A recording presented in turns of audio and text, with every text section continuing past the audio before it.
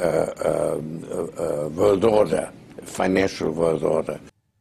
Okay, so my issue with Soros is he's financed all these color revolutions in former Eastern Europe, and they replace kind of the Russian quasi-puppets with Western puppets that are even more oppressive. Not a fan of the Soviet tyranny, been against it my whole life. Not a fan of some of the Islamic oppression. But the point is, the West is bringing in a more scientific form. And George Soros funds anti-gun groups. He's always funding groups demonizing the free speech of libertarians and constitutionalists. He's got his different organizations writing articles about me almost every day, twisting and you know, dissembling things, and then running around and acting like a victim when anybody talks about him.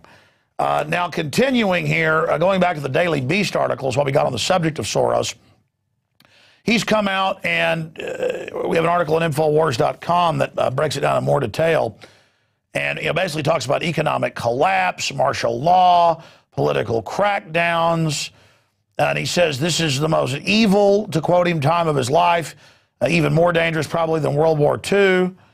And this is coming from a guy who broke the Bank of England. This is coming from a guy who is incredibly ruthless. You know, that's the thing, is that he didn't stop his predatory actions after he was 14, 15 years old, collaborating with the Nazis. Continuing, again, I wanted to show you the old quote of him coming out and saying, I'm having a very good crisis. So he's having a very good crisis a few years ago, but now that the collapse is getting near, and he's saying he doesn't invest people's money anymore because it's too dangerous, and you know this horrible time is coming. The system's been getting ready for collapse ever since they got rid of Glass-Steagall 13 years ago and began the implosion of the world economy. They lit the fuse that's leading to this, and they want total power and control out of it. But George Soros and his media groups for decades have been demonizing anybody that ever dares point out that we're being conquered by finance capital and derivatives fraudsters.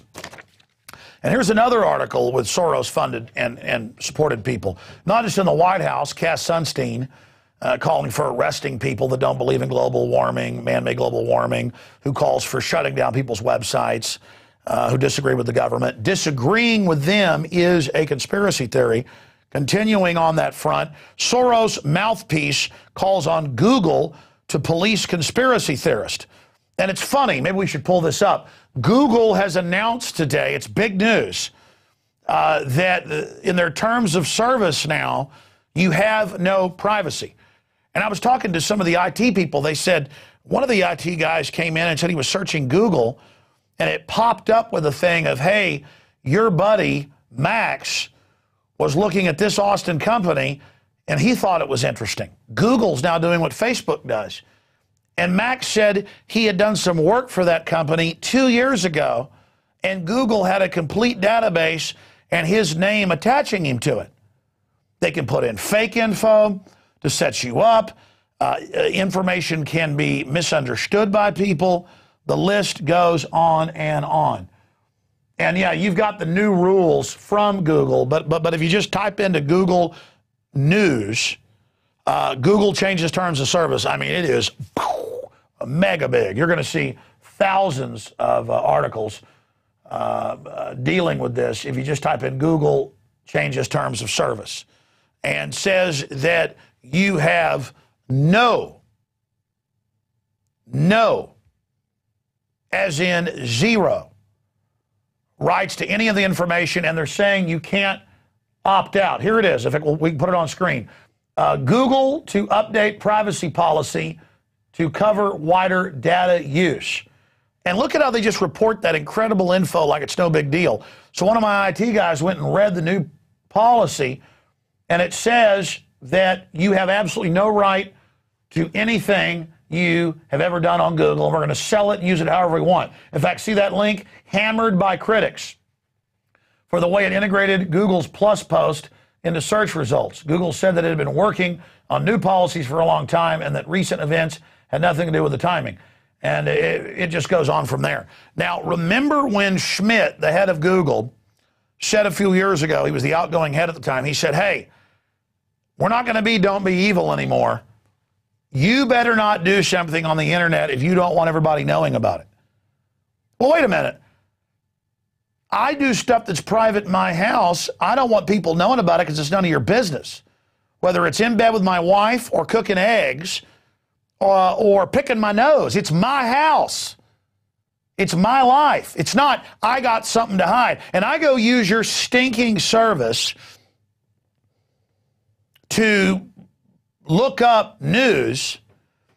And let's say I'm doing searches on White House prostitution rings, which I've done.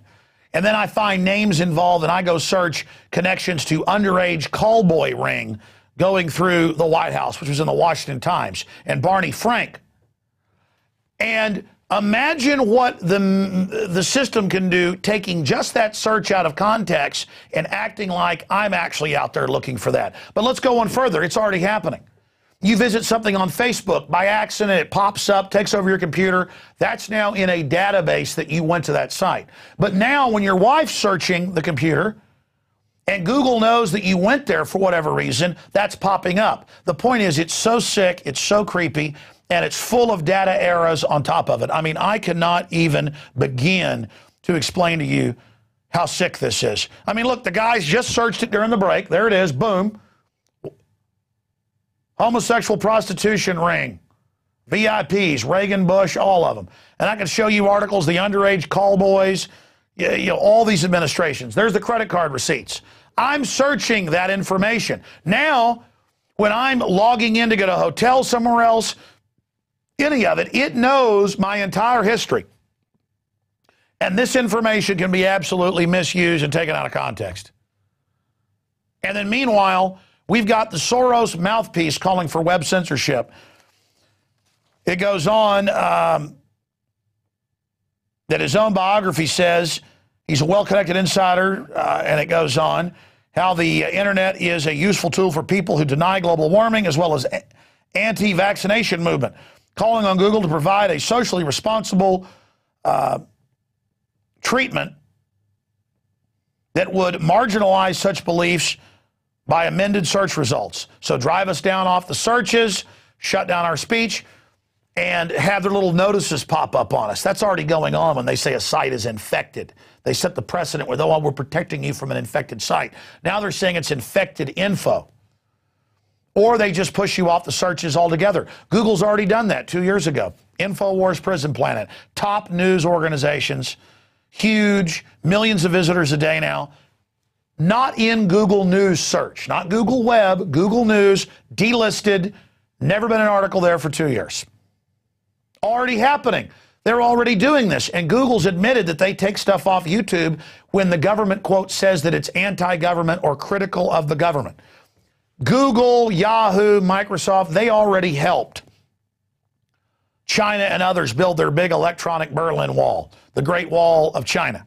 They've been involved in this from the very start, and we've got all these different people from this Stanford scholar and all of them doing this. That's what SOPA's really for, and they use the excuse of copyright. They're saying even a word, like if you criticize Fox News, you can't say the word Fox News without their authorization to even write about them. This is a new dark age by the criminal class and their fellow traveler servants. And now I've gone off into a rant. It's just that this is the type of real issue that we're facing. They cannot deal with our information. They cannot deal with us exposing them. And so now they're coming after our free speech. And Google, ladies and gentlemen, has been saving your searches forever. Now they're saying they're going to retroactively use them, sell them to everybody. Yeah, don't be evil. They are evil. Okay, let's continue here. Getting into other news, you know about Rush Limbaugh. And you know that yesterday, the Hill newspaper reported that Jay Carney, White House spokesman, said, hey, look, we think the TSA did a great job with Senator Rand Paul. Detain him for 2 hours, do whatever you want. You know, groping children's a wonderful thing. Because if they can beta test martial law in the airports and touching your body and treating you like a prisoner, they can do it on the highway. In fact, this just broke at INFOWARS.com. We discovered federal documents. In fact, we can go to this after this story. It's not in my news lineup here, but I meant to tell you guys about it. Where these federal documents are announcing that the feds are going to hire all your local police, spy on all citizens, and they're saying we're moving away from fighting terror to just surveilling everyone. And again, if you go to, there it is, top story, Aaron Dykes. Shock docs, total federalization of police under new Homeland Security mission. Mission creep, DHS agency transitions from fighting terrorism to taking over Homeland, hiring police officers. It's everything I already told you, but it's all codified. Just threat fusion centers, totally spying, naked body scanners on street corners, giant telescreens saying report on your neighbors, checkpoints, weird Orwellian spotlights on you, microphones everywhere, your children trained to spy on you. I mean, you read this thing, and it's all the former national security advisors and Homeland Security heads over their own private companies that are actually going to run this domestically, and it's the new scholarships, the new jobs, it's everything. And meanwhile, what is Rush Limbaugh saying? What is Rush Limbaugh doing? Well, you know, Rand Paul gets detained for 2 hours, we now learn, barked at, screamed at, because he wouldn't let a potbelly grab his genitals.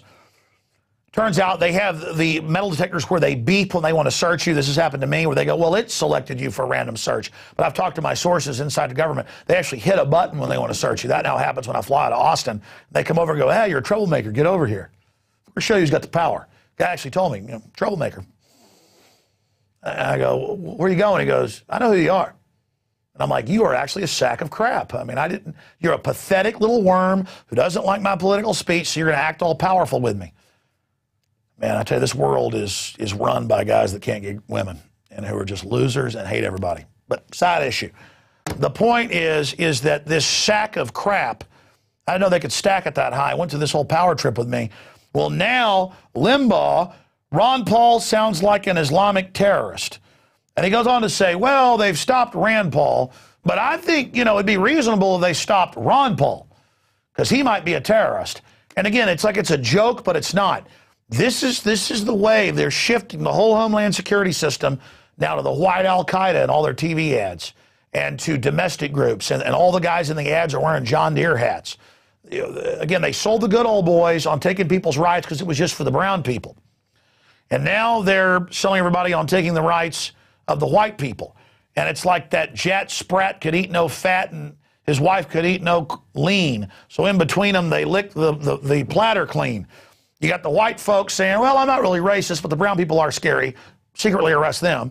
And then they tell the brown folks, hey, the white people, you're not really racist, but they are kind of scary. They're all terrorists. And again, they just all sell it in a balkanized way. And so it's this whole rollout by the narcotics trafficking, criminal,